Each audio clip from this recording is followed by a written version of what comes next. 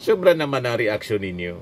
Hindi man po tinatanggal yung karapatan ng Net25 na mag-cover. So hindi masasabi na ito suppression ng freedom of the press. Replacement nga, magpadala ng bago kasi masama ang ugali ni Eden ni Eden Santos. Hindi sumusunod sa protocol. Saka pwede naman siyang ibalik basta tumino na siya. Meanwhile, to instill discipline sa kukote nitong si Eden Santos na masyadong nagmamagaling, kailangang palitan. Siguro kung sinabi ng Palasyo Malacanang, ng PCO, na bawal na sa mga taga Net25, doon kayo mag-react. Tama po yung ating sinasabi dito, analysis. Tingin natin that's fair. Kami dito, pag yung presidente pumupunta dito sa Legazpi, pag pinagsabihan na kami ng Maro, wag na niyang gagalaw. Diyan lang kayo.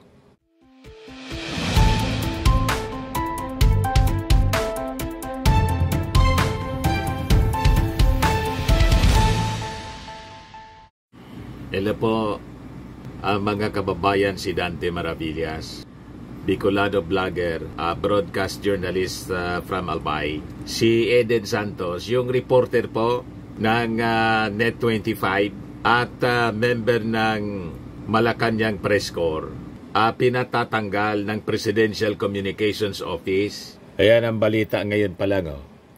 Ayan si Eden Santos. Eden Santos ng Net25, pinatatanggal ng PCO sa Malacanang Beat.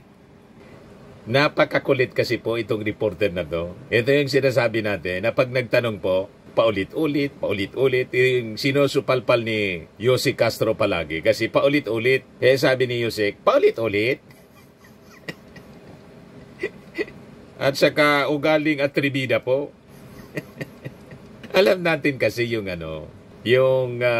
association niya, yung company niya, Net25, pag-ari ng Iglesia ni Cristo. Alam naman ninyo kung sinong sinusupport ng Iglesia ni Cristo, di ba? Eh bakit naman anya Mr. Maravillas pinatatanggal? May breach of protocol kasi po sa kakulitan ng babaeng ito. Tama naman po na request ng PCO na palitan kasi hindi lang once but twice na ginawa niya yung breach of security protocol. Pero siyempre, mga kababayan, papalag sigurado yung kanilang istasyon, saka siyempre, yung kampo ng mga Duterte. Malamang mamaya or bukas, mga kababayan, ito yung magiging topic ng mga DDS vloggers. Sasabihin na naman po nila, paninikil ito ng press freedom.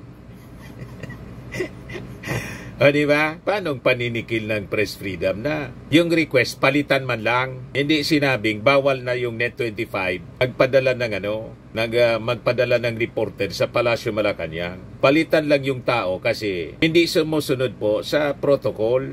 Yan Eden Santos ng Net25 pinatatanggal ng PCO sa Malacanang Beat.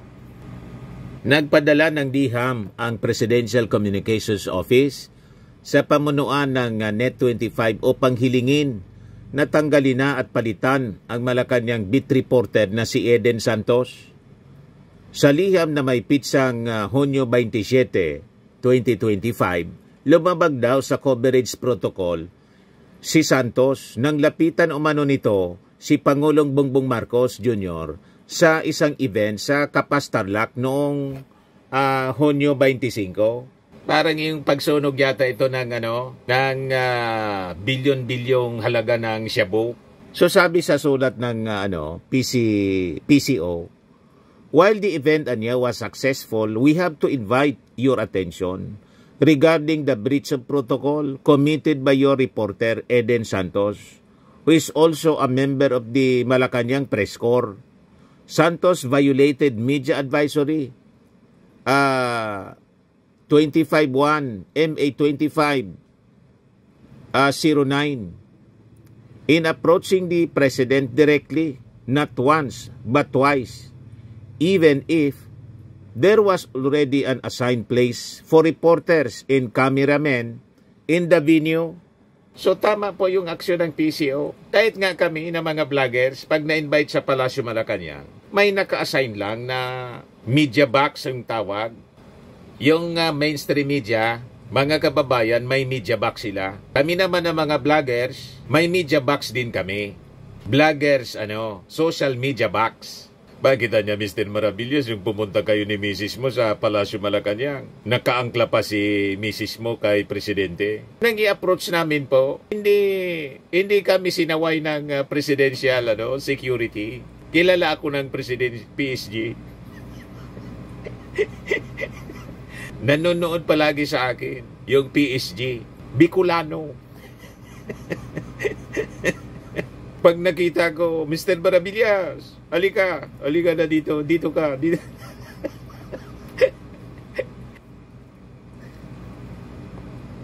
At saka lumapit naman kasi, mismong yung ating Pangulong Bongbong Marcos yung lumapit sa amin. Di ba? Yan ang pagkakaiba namin mga kababayan sa mainstream media.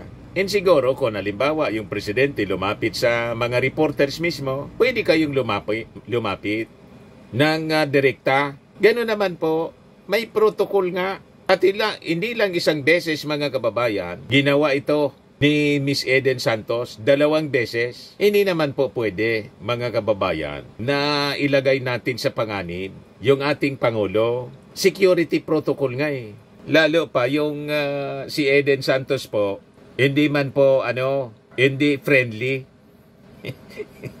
Diba? At alam na kung sino yung sinusupport ni Eden Santos. Kahit man po sino, mag-iingat, baka malusutan yung ating Pangulo. Kasi iba man ang Pangulo ni Eden Santos. Ang kinikilalang Pangulo, mga kababayan, laging kontra po, yung mga tanong, laging balagbag. Pabalagbag. Pakinggan ninyo. Kaya hindi na natin to mapapakinggan mga kababayan kasi ni-request ng Palasyo Malacanang, palitan niya ninyo itong reporter ninyo. Kasi pasaway. Not once but twice ginawa. So sabi ng PCO, strict courtesy niya in decorum dictate that when covering the President, a certain distance should be observed at all times. Ayon sa PCO, hindi umano ito ang unang pagkakataon na dumabag sa naturang protocol si Santos. Kaugnay nito, hiniling ng PCO sa Net25 na palitan si Santos. It is in this light that we respectfully request that a new reporter be assigned to cover the President and the other government agencies inside Malacanang, sabi po ng PCO. Other reporters who were seen and recorded breaching the protocol last Tuesday will be admonished. Dagdag pa nila. Ito yung liham, mga kababayan, yung sulat na pinadala sa Net25 News Chief, Mr. Paul Padua. Hoping for your favorable response to our request, I remain, sabi po ni Erilson Kabatbat, Assistant Secretary for Media Affairs and Relations. Siguradong mamasamain na naman po ito ng mga taga Net25. Palitan nga ninyo. May violation, alangan man. Hindi man sinabi sa sulat na bawal na yung mga taga Net25. Di man po sinabi. Ang sabi nila, palitan ninyo. Kasi hindi sumusunod sa protocol 2 beses na ginawa ito ni Santos, Eden Santos. So kailangan ito para madisiplina po. Ngayon, nag-react po yung Malacanang Press Corps. Ayan yung statement from the officers of the Malacanang Press Corps on the incident involving Miss Eden Santos. The Malacanang Press Corps, through its officers, wrote a letter to the Presidential Communications Office, PCO, to express its grave concern over the development. The officers questioned the supposed protocol breach used as basis and requesting for a member's replacement and firmly opposed such a course of action. The request niya was clear overreach of the PCO's authority. While the officers recognized the need to ensure the President's safety and well-being, it should never be at the expense of the freedom of the press to tell stories that go beyond photo opportunities, press releases, and rehearse sound bites. Sobra naman ang reaksyon ninyo. Hindi man po tinatanggal yung karapatan ng Net25 na mag-cover. So hindi masasabi na ito suppression ng freedom of the press. Replacement nga, magpadala ng bago kasi masama ang ugali ni Eden ni Eden Santos. Hindi tumusunod sa protocol. Saka pwede naman siyang ibalik basta tumino na siya. Meanwhile, to instill discipline sa kukote nitong si Eden Santos na masyadong nagmamagaling, kailangang palitan. Siguro kung sinabi ng Palasyo Malacanang, ang PCO, na bawal na sa mga taga Net25, doon kayo mag-react. Tama po yung ating sinasabi dito, analysis. Tingin natin that's fair. Kami dito, pag yung presidente pumupunta dito sa Legazpi, pag pinagsabihan na kami ng Maro, wag na niyang gagalaw, dyan lang kayo. Wag ikot ng ikot. Doon lang kami pumipirmi. Kasi yung presidente lalapit kung gusto niyang lumapit. Gano'n naman, di ba, ang ginagawa ng ating Pangulong Bongbong? Pero kung ikaw mismo tatakbo ka para maka-scoop, direktang makapagtanong, gusto siguro ni Eden Santos makauna. Gusto magbida-bida. Marami niyang ganyan sa mga taga-media. Gusto maka-scoop. Unahan ko na niya. Ako na mismo yung lalapit. That is sa protocol po, security protocol. So alangan man, ilagay sa peligro yung buhay ng ating Pangulo. Yung ating Pangulo pa naman, left and right yung security threat dahil sa kanyang pinagagawa ngayon na kinakagalit ng iba. Di ba po? So sabi nila dito, the officers are hopeful that the matter will be resolved. Any manner that strikes a healthy balance between ensuring the president's safety and upholding a free press. Wala man pong sinisikil na pamamahayag, kaya nga pinapalitan. Magpadala na lang yung Net25 ng bago. Kung ayaw nila, di wag.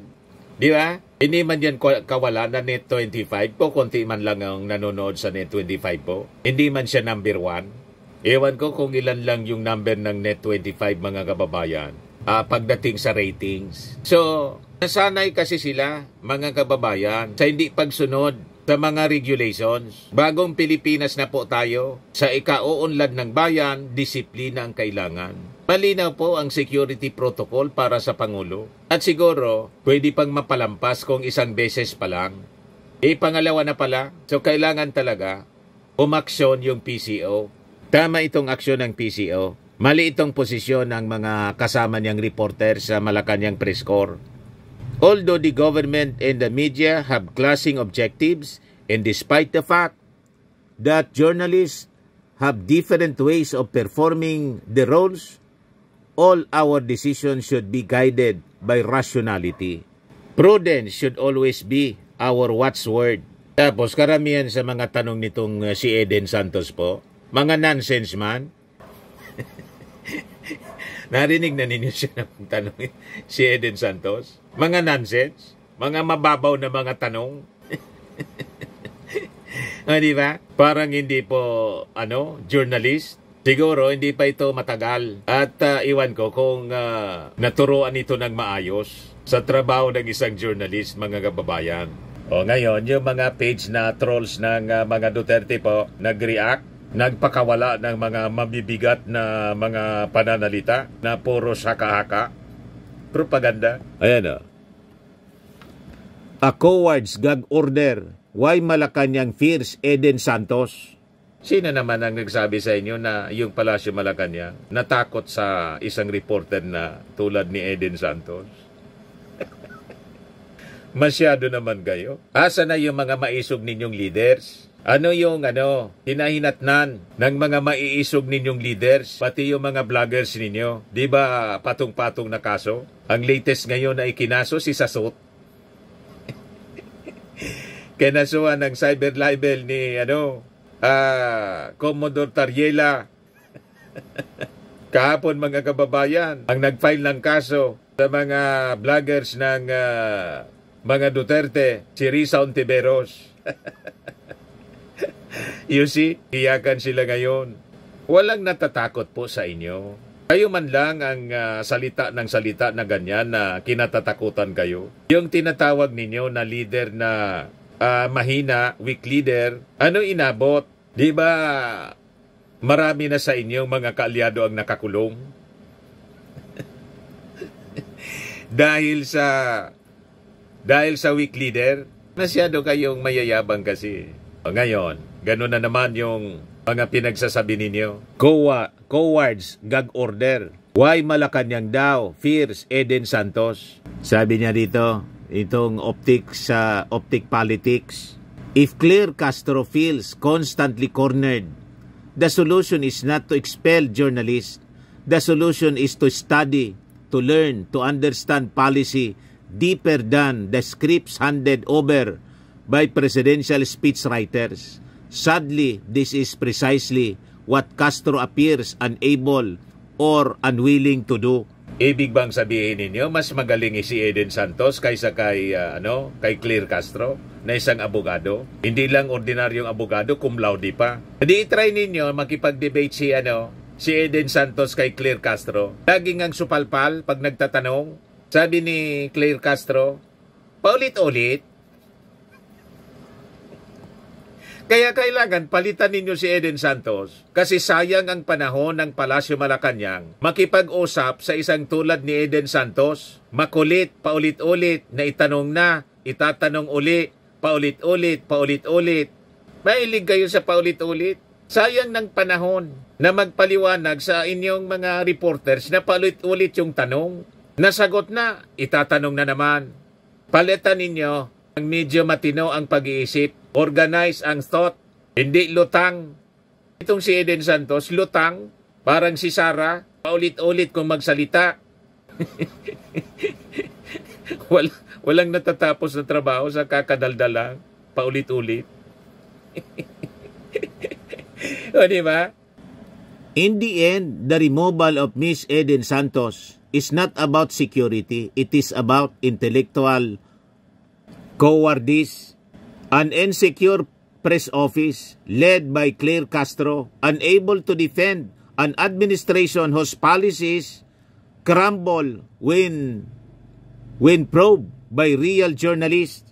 Masyado kayong assuming. I-try nga ninyo, open debate. I-try ninyong makipag-debate kay Claire Castro. Kung saan pulutin niya na pinagmamalikayin ninyong si Eden Santos. Hindi nga makapagsalita ng straight. Ang tanong niya, mamaya, ikuhan ko sa inyo yung mga klase ng pagtatanong ni Eden Santos.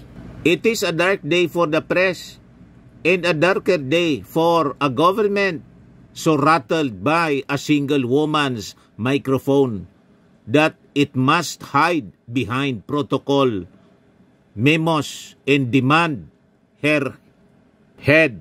Masyado namang napakalaki yung tiwala ninyo sa abilidad ni Eden Santos. Napakalayo pag dating sa quality ng mga pagtatanong. Parang amateur journalist. O, di ba? Ayan pakinggan natin si Eden Santos magtanong na paulit-ulit.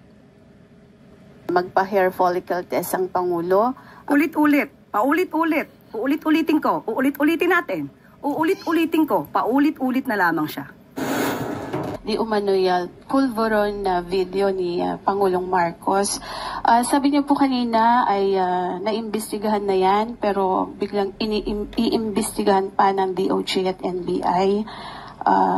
At napatunayan na po na ito ay fake. Doon po sa isinagawang pagsusuri from yung Indian company. Wala po bang plano ang Malacanang, especially ang Pangulong Marcos, na magpa-hair follicle test na siyang hinihingi po para matuldukan na itong issue po ng di umano'y paggamit ng ipinagbabawal na gamot ng ating Pangulo? Sino po ba ang humihingi? Marami po sa ating mga kababayan ang sa social media na nagre-react dito po sa ipinapalabas na video na ito, actually parang na-die down na po ito before dahil nga sasabi nga ng Malacanang it's a fake. Pero biglang nabuhay after po nung ginagawang investigasyon mismo ng Kongreso, ng Kamara. Kaya po muling lumabas itong video na ito. And sabi nga po nung vlogger na si Miss Pebbles Cunanan, ay si Attorney Harry Roque, yung mastermind nitong video.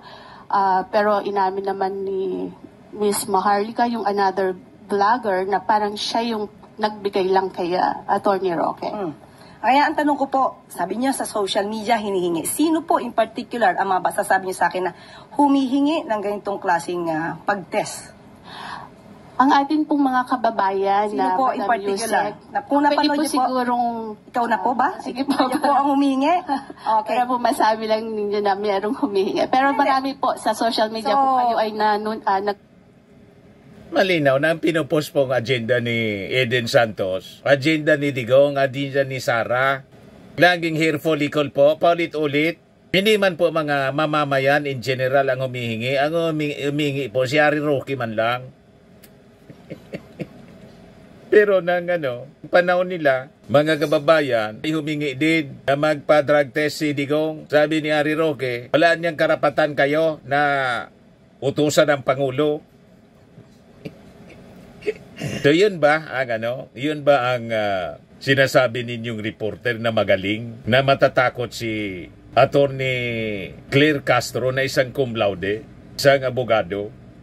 Hindi nga po maayos ni Eden Santos yung pagtatanong, paikot-ikot, paulit-ulit, napakakulit. Wala nang ibang isyo. Yun na lang lagi sa tungkol sa hair follicle. Hindi bagay po sa Palasyo Malacanang. Ang kailangan pong reporter nagtatanong ng mga importanteng isyo na pwedeng pakinabangan ng ating mga mamamayang Pilipino. Ano yung ginagawa ng ating Pangulo para mapaangat ang buhay ng ating mga mamamayan? Yun ang kailangan. Hindi yung mga intrigang ulit-ulit na lang tinatanong. Dapat talaga palitan. Babasa po sa SOCMED, Madam Yusuf. So, isa ka nga sa humihingi. Kasi po gusto niyo... Tanong ko nga, isa ka ba? Kasi we have to be specific on this. Isa ka ba sa humihingi?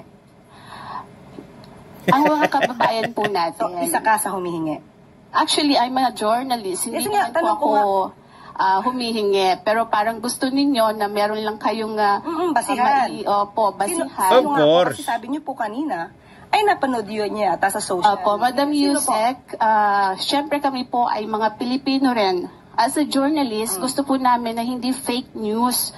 Yun pong aming ibabalita sa taong bayan. Okay, so humihingi po si Attorney Vic Rodriguez, di ba matagal na rin naman niyang hinihiling niyang hair follicle test. Okay, tanong hair po natin. Hair follicle na naman. Ano po ba ang basihan para sa paghingi at i-demand sa Pangulo ang isang hair follicle test? Ito po ba'y may pagbibintang na siya ay di umanong gumagamit ng illegal na droga? Kung may pagbibintang, liliwanagin po natin. Kung may pagbibintang sa Pangulo, yung nagbibintang ang dapat na magpatunay kung may ginagamit man Correct. o wala. Hindi po pwedeng gumawa ng kwento, walang basihan, isang guni-guni para masira ang Pangulo, at walang basihan. Kahit saan po na kaso, kung sino yung nagbibintang, Correct. siya ang magbigay ng pruweba. Hindi nyo pwedeng sabihin na, ito, gumagamit ka, patunayan mong hindi. Hindi po yun ang tamang logic.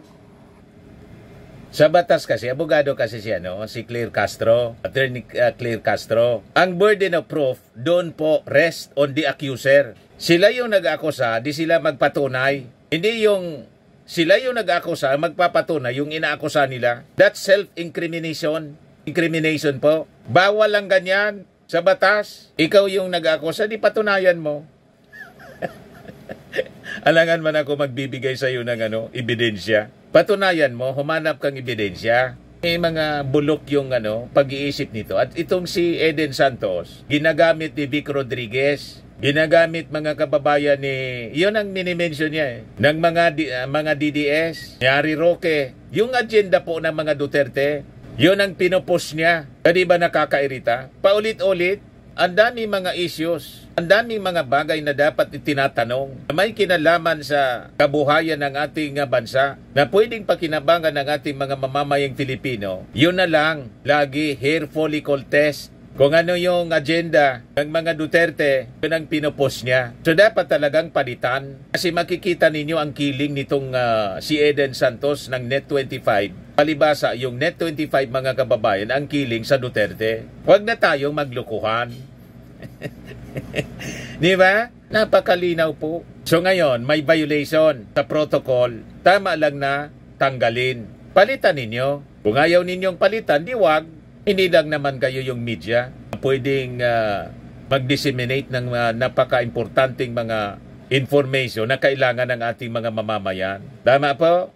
Huwag kami mga propagandista ni Digong. Hindi ninyo kami maluluko. Alam namin yung motibo ninyo. At alam namin kung sino yung mga tao ninyo na nagpo-post ng mga agenda ninyong walang kakwenta-kwenta, pansariling interes ninyo sa politika. Ginagawa ninyo pamimirwisyo sa ating bansa. O ngayon, kanina nabanggit ko mga kababayan, yung isang DDS vlogger, si Sasot, si Mr. Sasot. Ayun, pinailan ng kaso po ni Commodore Tariela.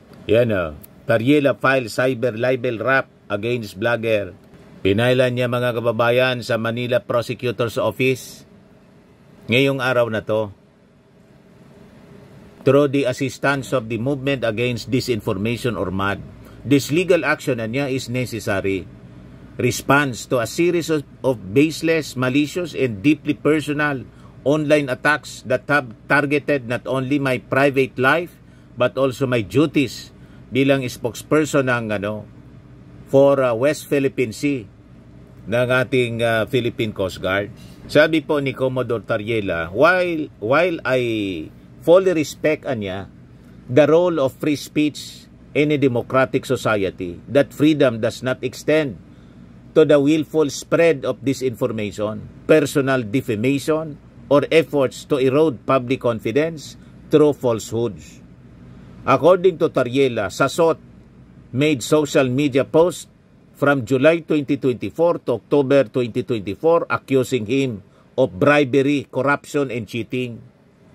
Tariela said that the blogger claimed he was receiving $4 million as talent fee from the United States allegedly to issue anti-China remarks in the West Philippine Sea dispute, as well as getting 3 bags filled with undeclared items from the home of House Speaker Ferdinand Martin Romualdez. So sabi po ni Tariela, ito niya aking desisyon to charge Sasot should be a reminder to the public that freedom of expression must always be anchored in truth, responsibility, and respect. This step niya is not solely about defending my name. It is about standing up for every public servant who silently endures online abuse and misrepresentation. I hope this case sends a clear message that truth matters and that those who serve the public deserve both respect and protection from malicious attacks. Sagot naman ni Sasot, Tariela is suing me for calling him a Philippine Military Academy cheater. He should have sued Major Edgardo Arevalo, who said in January 5, 2004, as reported by Philippine Star, that the committee found prima facie evidence that the 8 cadets, which includes Tariela, cheated in their Management Information Science class. Sabi ni Sasot sa kanyang post, under the judicial system, Commodore J. Tariela has all the right to file a case against anybody, Sasot stated. The blogger added that she will wait for the legal complaint to be served in her current residence, which is outside the Philippines, so she can file her response.